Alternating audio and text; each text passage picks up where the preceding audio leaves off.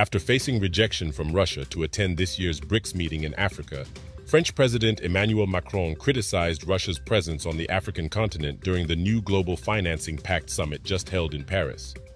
Macron stated that Moscow's influence in the region does not benefit the international community, referring to it as a destabilizing force in Africa through the utilization of private militias that prey on and commit abuses against civilian populations. He accused Russia of destabilizing Africa through the deployment of the private military group Wagner.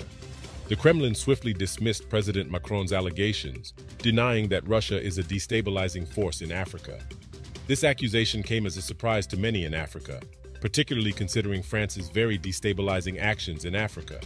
At present, 14 African countries are forced by France, through the Colonial Pact, to deposit 85% of their reserves in the Central Bank of France, which is under the control of the French Ministry of Finance.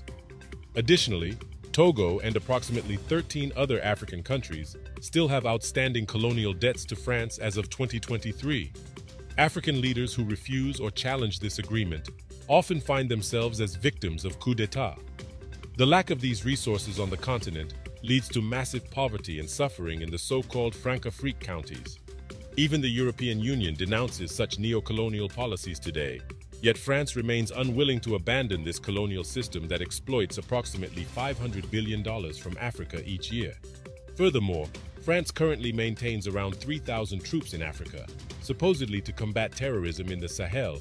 This is down from over 5,000 troops 2 years ago, since anti-French sentiment started growing. In response, Kremlin spokesman Dmitry Peskov emphasized that Russia is developing friendly, constructive relations based on mutual respect and concern for each other's problems. Moscow has gained influence in recent years in regions where France had traditionally held sway for centuries, including Burkina Faso, the Central African Republic, and Mali.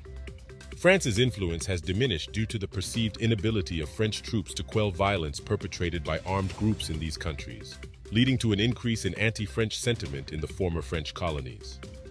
This situation has sparked a war of words between Moscow and Paris in recent years. Dmitry Peskov, the Kremlin spokesperson, also expressed confusion regarding Macron's attempt to secure a BRICS invitation from South Africa, stating, "We honestly don't know how Macron could participate in the summit, as whom or for what purpose. We don't have such information." Let us know in the comments below if you found this video informative.